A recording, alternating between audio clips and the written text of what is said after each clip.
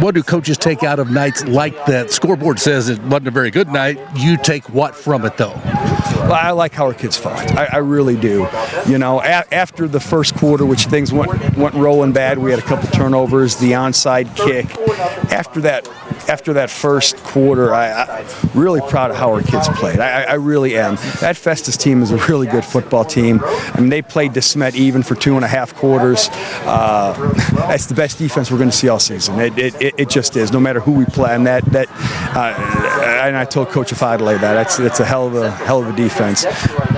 Number one thing is our kids did fight. They played to the very end, and I'm proud of them for that. And, you know, we came in this game, we were missing some people. We also had a couple people play that weren't 100% either. And so, number one, get out of it as healthy as we were coming in, because if we did that, then we continue to get healthy over the course of next week, and then that springs us forward into the rivalry game next Friday. From an opposing coach perspective, you said it would be the best defense you'll see.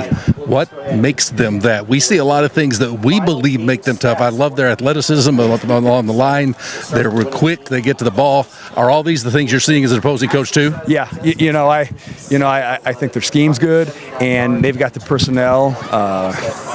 They've got the personnel. You know, they just do. You know, I could single out one guy, or I could single out 7.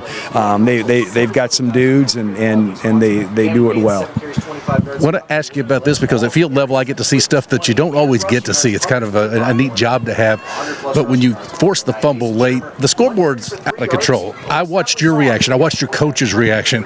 I saw the intensity. Is what brings that in a game that you say, well, the scoreboard doesn't matter, but what are you seeing from your kids at that moment that you're so excited about? Because it was obvious, and it was you and your entire coaching staff.